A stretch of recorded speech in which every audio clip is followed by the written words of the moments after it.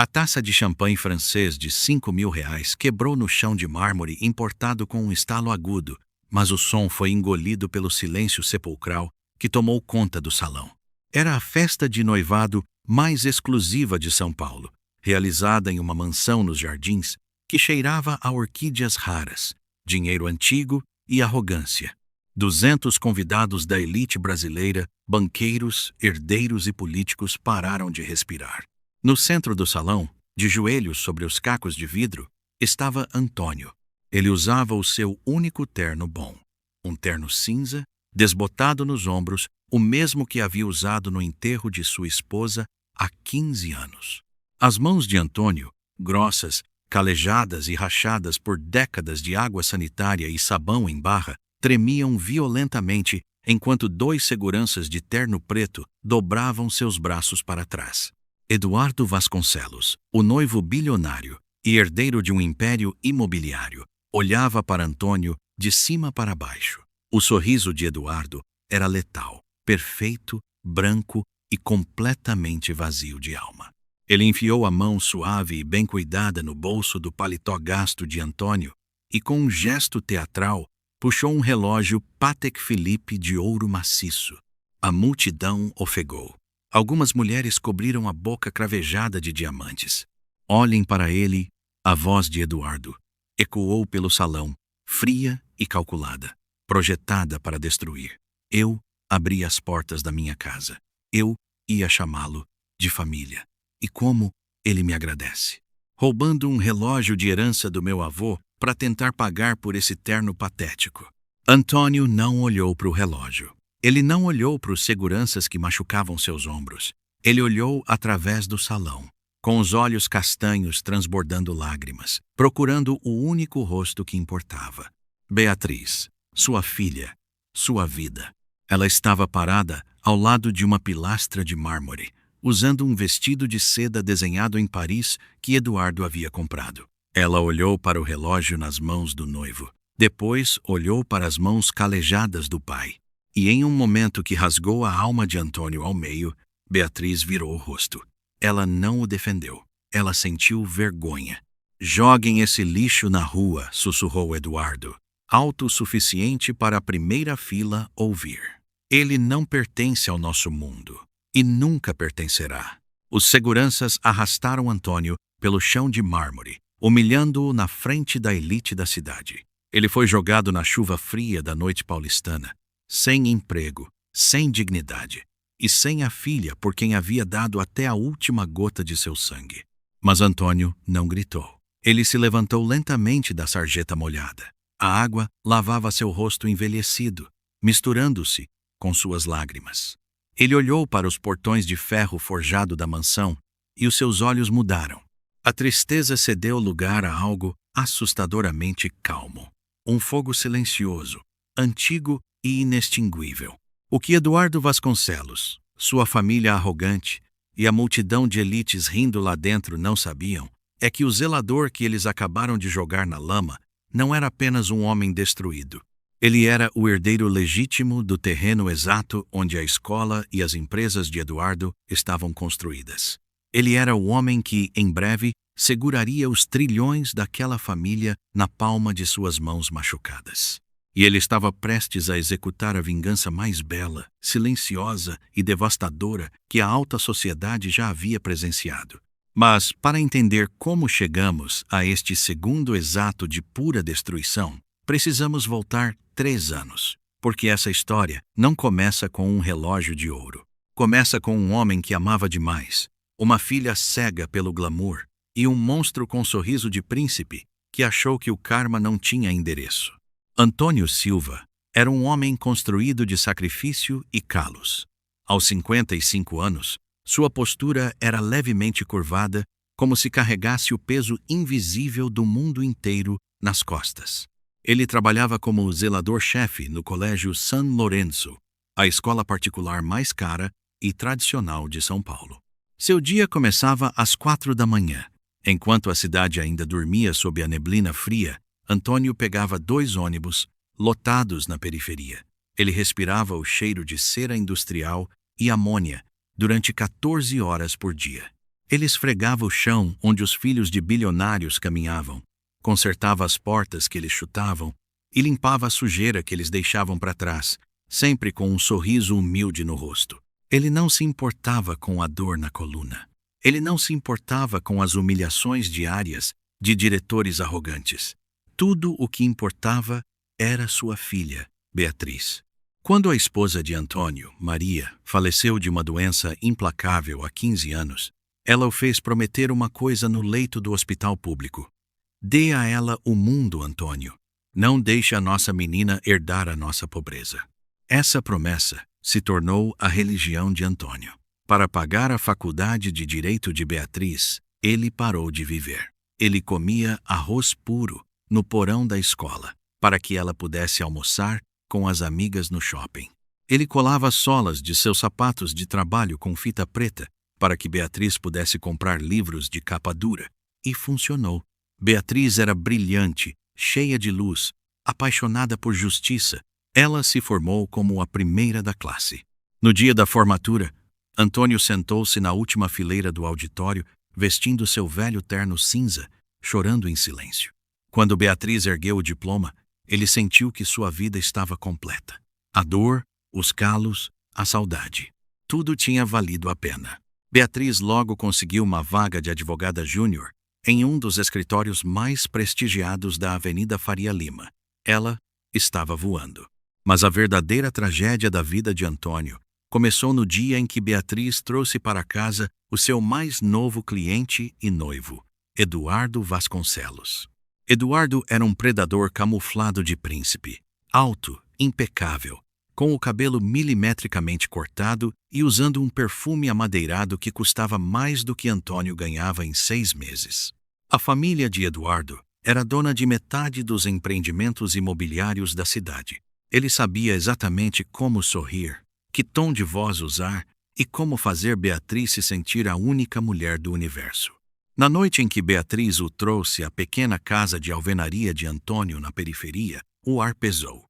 Antônio havia economizado por 3 meses para comprar um bom corte de carne e preparar um jantar especial. Ele esfregou o chão da sala até brilhar e colocou a velha toalha de renda de Maria sobre a mesa bamba. Quando Eduardo passou pela porta, ele sorriu, mas os olhos de Antônio, treinados por décadas lendo o comportamento das pessoas ricas na escola, capturaram a microexpressão. Foi uma fração de segundo de puro e profundo nojo. O olhar de Eduardo varreu as paredes com infiltração, o teto baixo e finalmente as mãos grossas e escuras de Antônio. Senhor Antônio, é um prazer, disse Eduardo, estendendo uma mão macia como seda. Beatriz me falou tanto do seu pitoresco lar. Eles sentaram à mesa. Antônio serviu a comida, colocando a melhor e maior porção no prato de Eduardo. Durante as 2 horas seguintes, Eduardo não tocou na comida. Ele bebeu apenas água engarrafada que havia trazido do próprio carro, alegando uma dieta rigorosa. Ele monopolizou a conversa, envolvendo Beatriz com histórias de viagens a Milão, iates em Mônaco e festas exclusivas. Antônio permaneceu em silêncio, tentando sorrir, mas sentindo-se um fantasma em sua própria casa. O momento decisivo aconteceu quando Beatriz foi até a pequena cozinha para pegar a sobremesa. Assim que a porta balançou, o sorriso de Eduardo derreteu como plástico no fogo. Ele recostou-se na cadeira de plástico, olhando fixamente para Antônio. O charme desapareceu, substituído por uma frieza de necrotério. Vamos deixar uma coisa clara, velho, Eduardo sussurrou, a voz vazia de emoção. A Beatriz é brilhante. Ela é o troféu perfeito para minha imagem no conselho de diretores. Eu vou elevá-la a um mundo que você nem consegue imaginar. Antônio sentiu o estômago despencar. O cheiro do perfume francês de Eduardo subitamente o enjoou. Mas rainhas não visitam o lixo, continuou Eduardo, inclinando-se para a frente. E elas definitivamente não têm pais que limpam privadas. Depois do nosso casamento, você vai se afastar. Você não pertence à vida dela. E se tentar se agarrar a ela, eu vou apagar a sua existência. Eu vou fazer ela ter tanta vergonha de você que ela mesma vai trancar a porta. Antes que Antônio pudesse reagir à ameaça, Beatriz voltou sorridente com um prato de pudim. Instantaneamente, Eduardo voltou a sorrir, segurando a mão dela e beijando seus dedos. Seu pai é um homem maravilhoso, meu amor. Eduardo riu, falso e perfeito. Antônio ficou paralisado. Ele olhou para a filha, tão apaixonada, tão cega. Ele percebeu com um terror sufocante que Eduardo não a amava. Eduardo a estava colecionando, e Antônio precisava encontrar uma forma de protegê-la, mesmo que isso custasse sua própria alma. Nos meses que se seguiram, a verdadeira tortura começou. O abuso emocional não acontece em grandes explosões. É um veneno injetado gota a gota. Eduardo iniciou uma campanha de isolamento cirúrgico para arrancar Beatriz de suas raízes. Começou com os domingos. Por 10 anos, Antônio e Beatriz almoçavam juntos aos domingos, comiam macarrão e conversavam sobre a vida. De repente, as mensagens de Beatriz começaram a mudar. Pai, desculpa. O Edu me surpreendeu com um fim de semana em Campos do Jordão. Oh, pai, não vai dar hoje. O Edu marcou um jantar de negócios importantíssimo e precisa de mim ao lado dele. Os domingos viraram semanas. As semanas viraram um mês. Em seguida, Eduardo começou a apagar a memória de Maria. No aniversário de 25 anos de Beatriz, Antônio lhe dera um pequeno colar de prata com a foto da mãe dentro. Ela prometera nunca tirar. Certa noite, Antônio foi convidado, por insistência de Beatriz, para um jantar no apartamento luxuoso de Eduardo, no Itaim Bibi. Quando Antônio chegou, segurando um pequeno bolo que havia comprado na padaria de seu bairro, ele notou o pescoço de Beatriz. O colar de prata havia sumido. No lugar dele, brilhava um colar de esmeraldas, pesadas, frio e ostensivo. Filha. Antônio perguntou suavemente, com a voz embargada. Onde está o colar da sua mãe? Beatriz abaixou os olhos, claramente desconfortável. Ah, Antônio, o fecho daquela coisinha estava quebrado. Eduardo cortou, servindo-se de vinho sem sequer olhar para o velho zelador. Estava deixando o pescoço dela verde. Eu joguei no lixo e comprei o que ela realmente merece. Você não se importa, não é? Era quase sucata de qualquer forma. Antônio sentiu o ar sumir dos pulmões. Ele havia trabalhado finais de semana inteiros lavando carros para comprar aquele colar.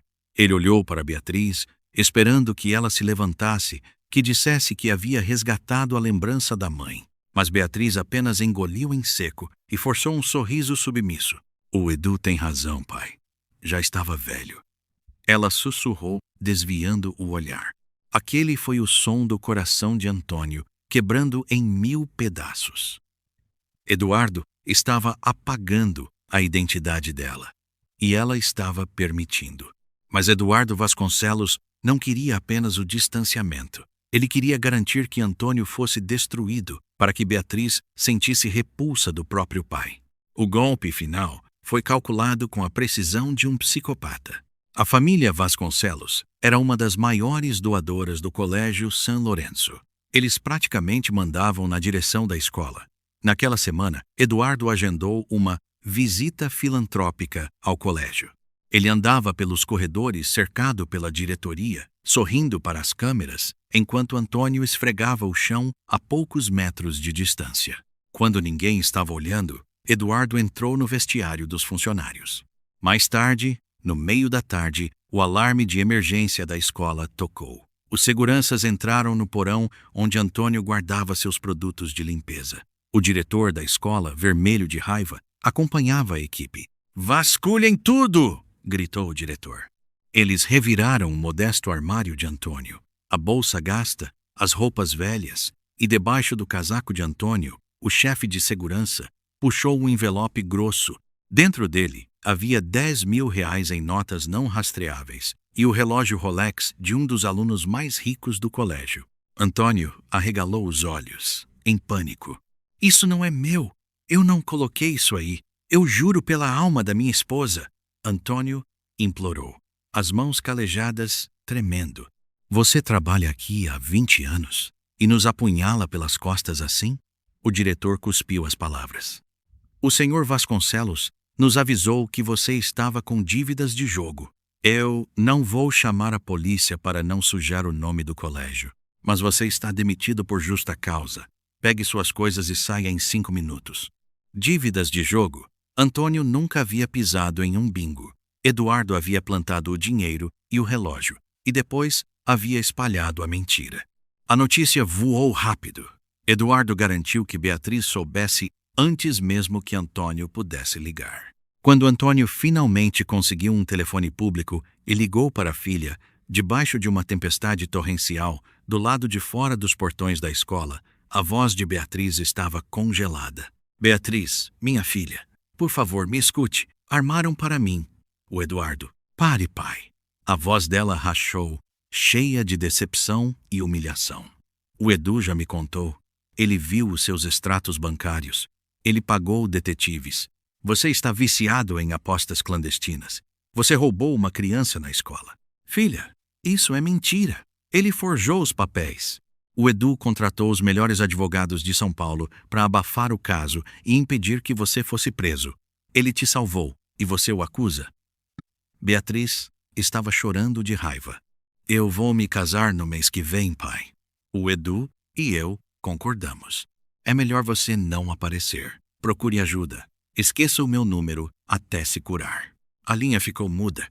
Antônio ficou em pé na chuva fria de São Paulo. Os pingos grossos batiam em seu rosto enrugado, misturando-se com as lágrimas que queimavam seus olhos. O celular escorregou de suas mãos. Aquele monstro de terno caro havia conseguido.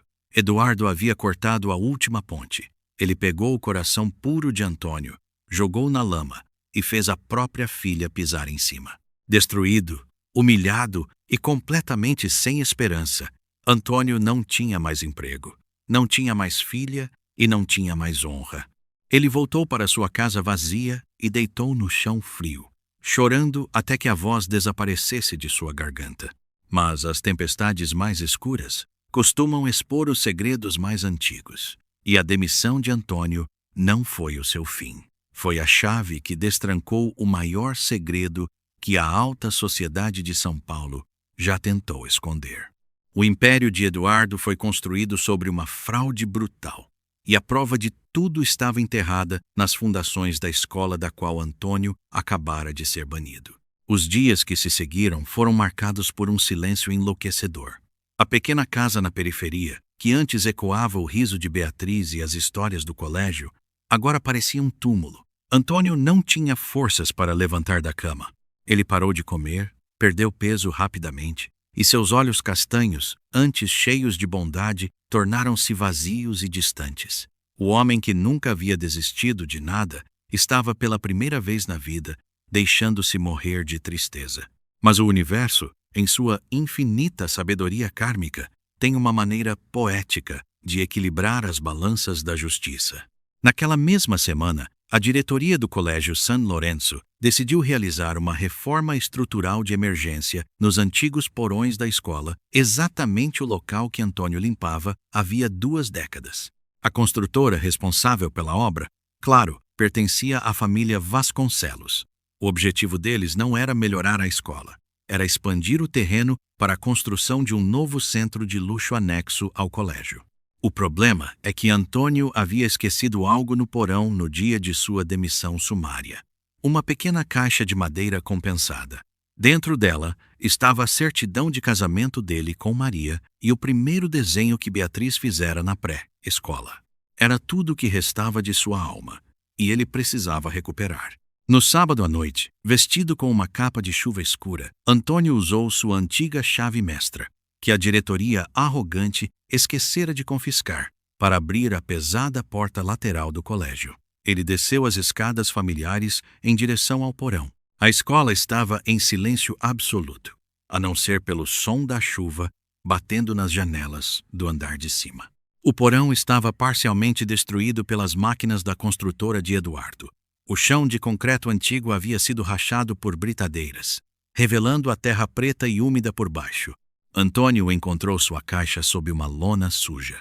Ele a pegou, apertando-a contra o peito, e estava prestes a ir embora, quando o facho de sua lanterna iluminou algo brilhante no meio da terra escavada. Ele se ajoelhou e usou as mãos nuas para limpar a sujeira. Era uma caixa de ferro maciço, antiga, com um cadeado enferrujado que havia se partido com a vibração da britadeira. Com o coração batendo forte, Antônio abriu a tampa pesada. Dentro da caixa, preservados da umidade por grossas camadas de couro e cera, havia um maço de documentos amarelados, plantas topográficas antigas e escrituras registradas em cartório, com datas que remontavam à década de 1950. Antônio não tinha educação superior, mas ele sabia ler muito bem. Ele desdobrou o documento principal, o papel quase se desfazendo em seus dedos calejados. Ele iluminou o papel com a lanterna. A escritura original de toda a extensão do quarteirão, incluindo o Colégio San Lourenço, os edifícios comerciais ao redor e as terras que a família Vasconcelos reivindicava como suas, não pertencia à construtora. Pertencia ao senhor João Batista Silva e seus herdeiros diretos. O ar sumiu dos pulmões de Antônio. João Batista Silva era seu avô, um imigrante pobre que havia comprado um grande lote de terra pantanosa por uma miséria há 60 anos. Antônio sempre ouvira histórias na infância de que o avô havia sido roubado por homens de terno que falsificaram assinaturas quando a terra se tornou valiosa. Mas a família nunca teve dinheiro para pagar advogados e provar o roubo. E agora, aqui estava a prova. A escritura original, não falsificada, com o carimbo oficial da prefeitura. E junto com ela, um diário do avô detalhando como a construtora do avô de Eduardo Vasconcelos havia se aproveitado da analfabetice dele para roubar as terras. O sangue de Antônio congelou e depois começou a ferver. Aquele terreno, o colégio que ele limpou de joelhos por 20 anos, os prédios onde Eduardo construiu seu império de bilhões, tudo aquilo pertencia à sua família. Antônio não era um zelador demitido. Pela lei de herança inalienável, ele era dono do chão que os Vasconcelos pisavam. Qualquer outro homem, cego pela raiva, teria corrido para a delegacia ou gritado aos quatro ventos. Teria ido até a mansão de Eduardo bater na porta e exigir sua filha de volta. Mas Antônio havia aprendido algo doloroso nas últimas semanas. No mundo dos ricos, a justiça não escuta os pobres. A justiça só escuta quem tem poder. Em plan. Se ele expusesse isso agora, os advogados de Eduardo destruiriam os documentos e Antônio sofreria um acidente fatal. Não. Para destruir um monstro como Eduardo, Antônio precisava matá-lo no lugar que ele mais amava, em público, na frente da alta sociedade. Mas não, em Paul, anyways. Antônio pegou a caixa de ferro, escondeu-a na capa de chuva e desapareceu na tempestade. A partir daquela noite, o zelador triste e deprimido morreu, e uma força implacável e silenciosa nasceu em seu lugar. No dia seguinte, Antônio pegou suas últimas economias e as usou para viajar de ônibus até o interior, onde um velho amigo da família operava uma gráfica clandestina. Eles digitalizaram os documentos originais, criaram dezenas de cópias autenticadas e as enviaram para cofres seguros. Mas Antônio precisava de alguém que entendesse o idioma dos lobos. Ele precisava de um advogado que não pudesse ser comprado pela família Vasconcelos. Ele encontrou Samuel, um advogado corporativo exilado. Há 5 anos, Samuel havia sido destruído profissionalmente por Eduardo Vasconcelos durante uma fusão empresarial. Eduardo o havia incriminado por fraude, arruinando sua carreira e sua família. Samuel operava agora de um escritório minúsculo e cheirando a mofo no centro de São Paulo. Antônio entrou no escritório de Samuel com a caixa de ferro. Ele a colocou na mesa arranhada e tirou os documentos. "O que é isso, meu senhor?" Samuel perguntou, com olheiras profundas, acendendo um cigarro barato. "É a escritura do Império dos Vasconcelos", Antônio disse, com a voz firme e sem hesitação. "E eu quero que você me ajude a tomar tudo deles até o último centavo." Samuel examinou os papéis. Seus olhos, inicialmente céticos, arregalaram-se. Suas mãos começaram a tremer. Ele olhou para o zelador à sua frente e apagou o cigarro.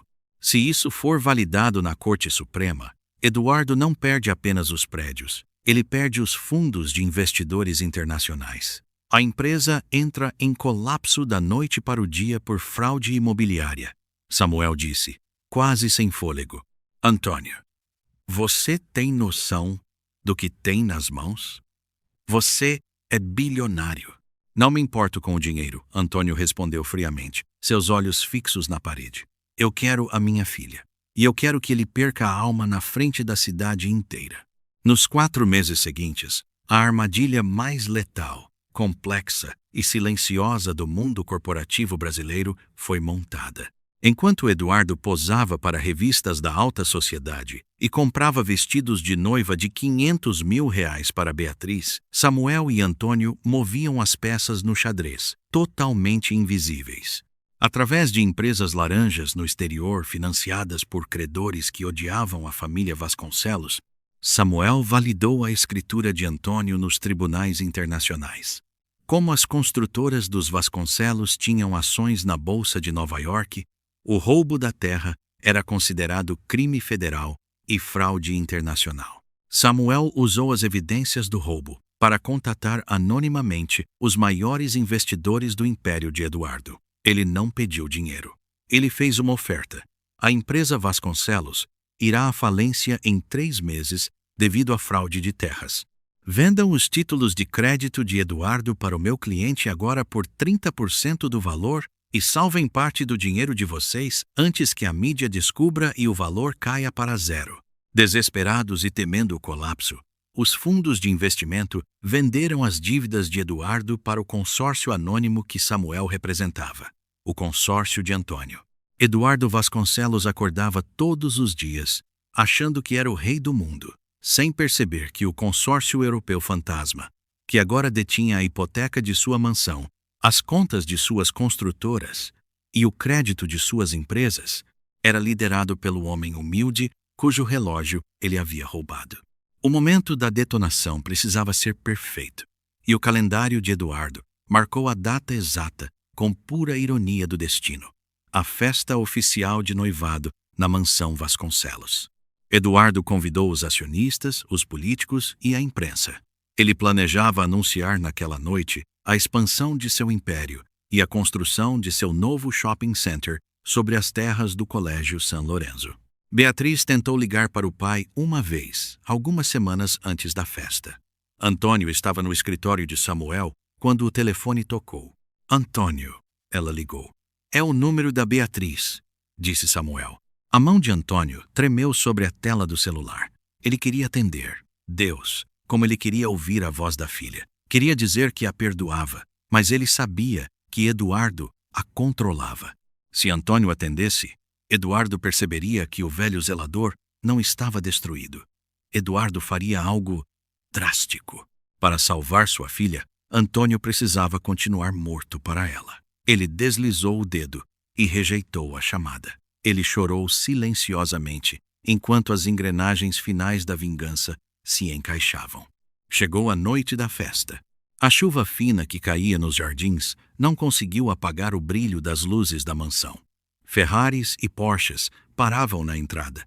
Mulheres com vestidos de alta costura subiam as escadas de mármore. E na porta dos fundos da cozinha de buffet, Antônio entrou, vestido com o seu velho e desgastado terno cinza. O mesmo terno que ele havia vestido quando Maria morreu.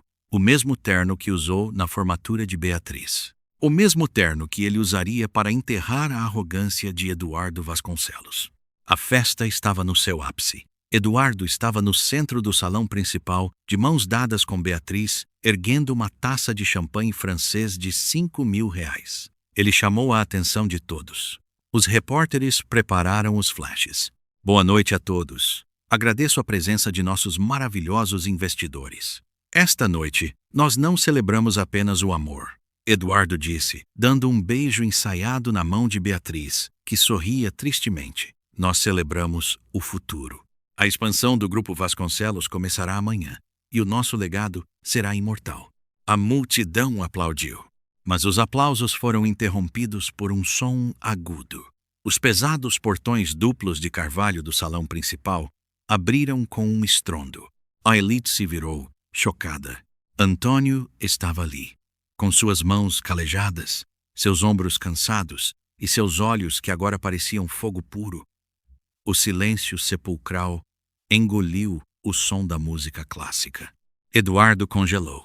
O sorriso falso em seu rosto se quebrou, e o pânico real brilhou em seus olhos por um microsegundo antes que a arrogância voltasse. Seguranças!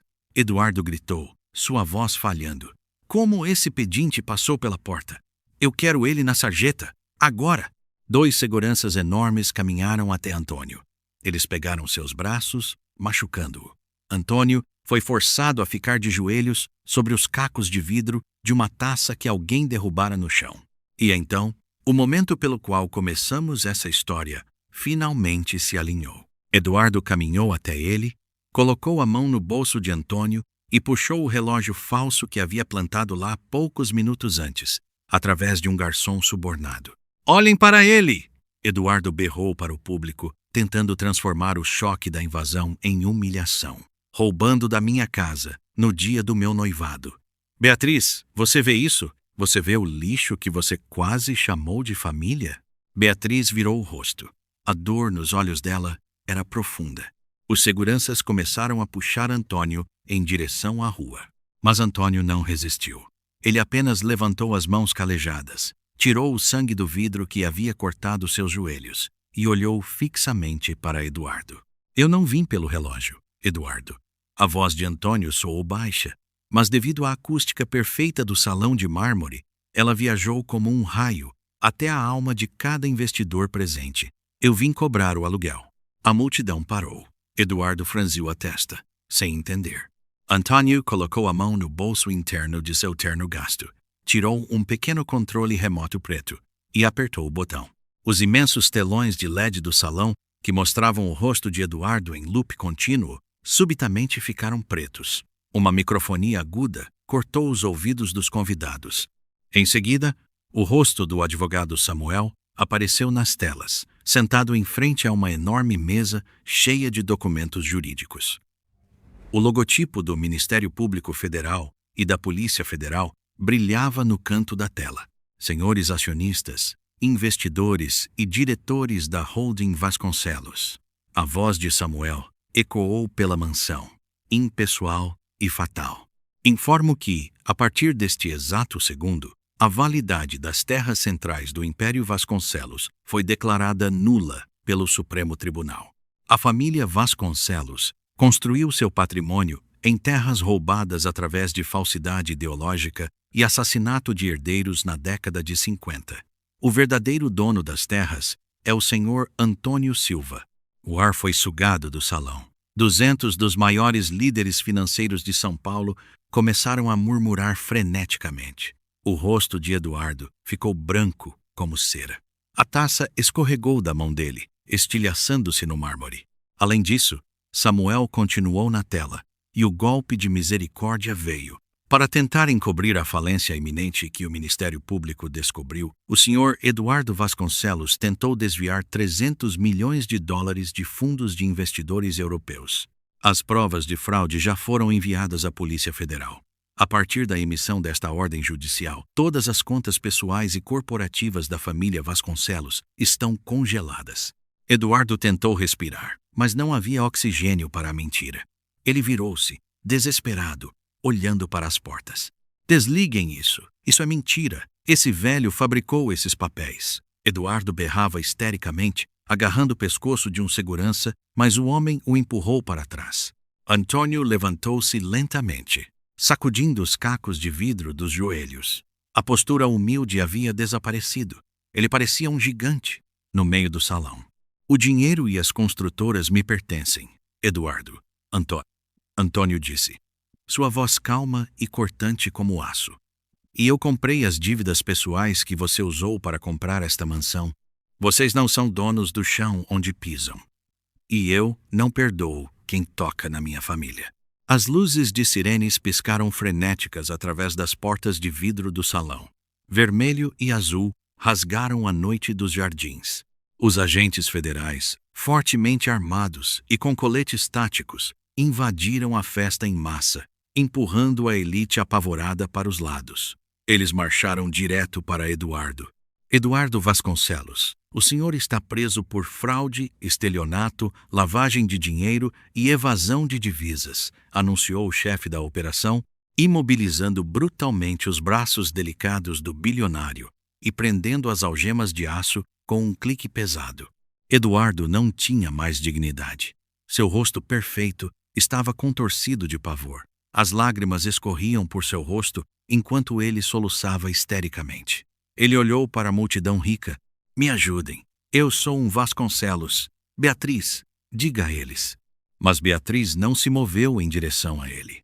Ela estava em estado de choque, seu corpo tremendo, finalmente entendendo a monstruosidade da qual escapara. Ela viu como os investidores deram as costas a Eduardo com puro nojo, observando-o ser arrastado para fora do salão como um animal assustado em direção ao camburão da polícia. A festa terminou em ruínas. A elite fugiu da mansão como ratos abandonando um navio afundando. No centro do enorme salão vazio, com confetes pisoteados no chão, Antônio não celebrou o fato de ser o homem mais rico do país. Ele olhou para Beatriz. A jovem advogada caiu de joelhos sobre o mármore, seu lindo vestido de grife mergulhado nas poças de champanhe. Ela chorava de forma convulsiva, as mãos cobrindo o rosto em profunda vergonha, arrependimento e dor. Ela havia rejeitado o homem que lhe dera a vida por uma mentira polida. Ela sentia que não merecia o perdão dele. Antônio andou lentamente até ela. O homem multibilionário, dono de tudo o que os olhos podiam ver, se abaixou. Ele não gritou. Ele não pediu explicações. Antônio tirou as mãos do rosto da filha e usou os polegares ásperos e cheios de calos para limpar as lágrimas dela. Filha. A voz de Antônio falhou, carregada da saudade mais pesada e pura que um coração humano consegue suportar. Pai, me perdoa. Me perdoa. Eu tive tanta vergonha de mim mesma. Eu sou um lixo. Ela soluçava desesperadamente, abraçando o pescoço dele, apertando o velho terno cinza contra si. O meu maior tesouro, Antônio respondeu, chorando junto com ela e beijando o topo de sua cabeça. Nunca foram esses prédios. É ter você de volta para almoçar aos domingos. 5 anos se passaram, após o escândalo que reescreveu a história de São Paulo. Eduardo Vasconcelos foi condenado a 42 anos de prisão em regime fechado. Ele trabalha hoje limpando as privadas de sua cela, o destino exato que ele havia tentado zombar em Antônio. Antônio não guardou o dinheiro. O homem do terno cinza assinou a transferência de 80% das ações do Império Vasconcelos para as famílias e comunidades que haviam sido enganadas e roubadas pelos avós de Eduardo. As fundações da escola San Lorenzo, que haviam escondido o seu segredo, foram demolidas, e no lugar, Antônio construiu o maior hospital infantil beneficente da América Latina. O hospital levava o nome de Maria. Quanto a Antônio e Beatriz, eles não se mudaram para uma mansão de vidro em Nova York. Eles voltaram para o bairro humilde. Antônio abriu a pequena padaria que sempre fora o sonho de sua falecida esposa. Todos os domingos, na periferia de São Paulo, o homem que poderia ter comprado metade da cidade suja as mãos não de sabão, mas de farinha fresca. Beatriz, sentada no balcão de madeira, o ajuda a fechar a caixa enquanto eles riem e conversam sobre o futuro. Eles descobriram que o dinheiro pode comprar vingança e derrubar impérios, mas o amor verdadeiro é construído pelo calor das mãos calejadas de um pai que se recusou a desistir. O karma não tem pressa. A verdade pode ser enterrada debaixo de toneladas de concreto e dinheiro sujo, mas ela sempre floresce. E na maioria das vezes, o homem humilde em quem você limpa os sapatos hoje é exatamente o dono da rua pela qual você caminhará amanhã. Rico coração. Muito obrigado por acompanhar esta jornada emocionante até o final. Se a força de Antônio, a resiliência de um pai de verdade e a lição profunda do karma tocaram a sua alma, você faz parte da nossa família. Me diga nos comentários, o que você faria se estivesse no lugar de Antônio? Você perdoaria a filha que virou as costas para você no pior momento? Eu leio e respondo a todos os comentários. Se essa história fez o seu coração bater mais forte, inscreva-se no canal, ative o sininho e compartilhe essa mensagem. O amor e a verdade sempre prevalecem. Aqui no canal Rico Coração, nós contamos histórias que ficam marcadas na alma. Fiquem com Deus, abracem quem vocês amam e nos vemos no próximo vídeo.